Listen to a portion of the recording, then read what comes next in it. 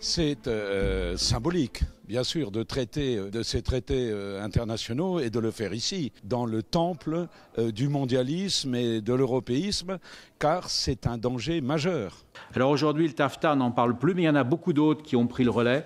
Il y a le CETA avec le Canada, qui connaît donc une application provisoire.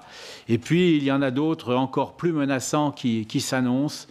Un avec l'Australie, un autre avec la Nouvelle-Zélande, et puis un troisième, pour ne prendre que 3 exemples, avec le Mercosur, avec l'Amérique latine, dans laquelle on trouve des géants agricoles comme l'Argentine et le Brésil. Et là, véritablement, on peut s'inquiéter, parce qu'avec tous ces produits agricoles qui vont entrer en Europe sans droit de douane en provenance de ces pays, eh bien, on risque véritablement de pousser à la ruine beaucoup d'agriculteurs qui ont déjà beaucoup de mal à tenir.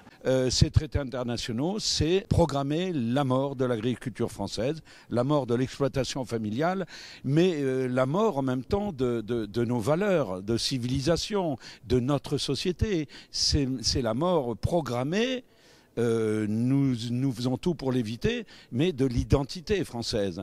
Car l'agriculture, la culture se retrouve dans nos assiettes, dans notre gastronomie.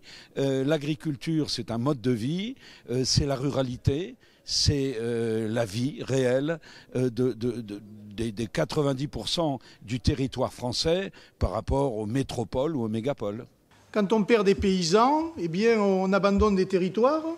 On abandonne des paysages et on finit, les qualités des produits qui vont avec, et on finit par assister à la disparition des identités locales. Parce qu'on oublie trop souvent que la France est un pays de 36 000 communes, mais c'est aussi beaucoup d'identités locales, car nous sommes un pays de paysans ou de pêcheurs, selon avec la côte atlantique et méditerranéenne, mais on voit bien que de moins en moins, précisément, les agriculteurs arrivent à survivre sur ces territoires-là, et on ne compte plus le nombre de productions françaises qui sont en compétition mondiale au risque de disparaître. L'Europe est une zone de libre-échange, et une zone de libre-échange qui n'est même pas refermée sur elle-même. C'est-à-dire qu'on n'a même pas créé une zone de libre-échange qui se protège. C'est une zone de libre-échange ouverte à tous les vents, alors qu'on est dans une période où jamais le dumping n'a atteint un tel degré, à l'échelle mondiale. Donc, en fait, l'Europe est un petit peu, entre guillemets, le pigeon de la planète. C'est un peu comme si la Suisse ouvrait ses coffres-forts, en quelque sorte. Elle ouvre ses marchés à tout le monde et à tous ceux qui font du dumping. C'est le primat de l'économie sur le primat de l'homme et de l'humanité. En partant d'une citation d'ailleurs de François Mitterrand qui avait dit « Nous sommes en guerre mondiale, personne ne le sait, mais c'est une guerre à mort. Cette guerre, elle est économique.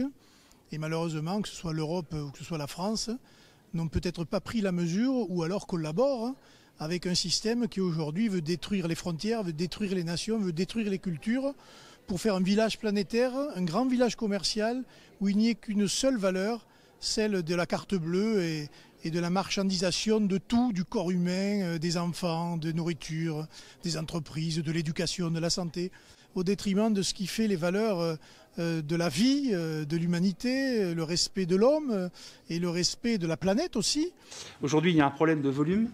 Les quotas d'exportation vers l'Union européenne qui sont accordés dans les accords de libre-échange sont énormes, puisqu'il y a une asphyxie des marchés. Problème de normes, bien sûr, et de coûts, puisque beaucoup de pays n'ont pas les mêmes normes. Il n'y a pas de respect de ces normes également. Il n'y a pas les mêmes coûts de production non plus. C'est ce qui fait cette concurrence tout à fait déloyale. Et puis il y a aussi un problème de valorisation de nos produits, en ce qui concerne d'ailleurs nos IGP ou nos AOP, qui sont peu revenus en fait par les accords de libre-échange. Eh bien, je crois que la lucidité et le bon sens est en effet dans les élections prochaines, avec un nombre de peuples de plus en plus et de nations de plus en plus nombreuses, de reprendre la main de façon à ce que nos agricultures, notre culture, nos valeurs et notre mode de civilisation reprennent le dessus.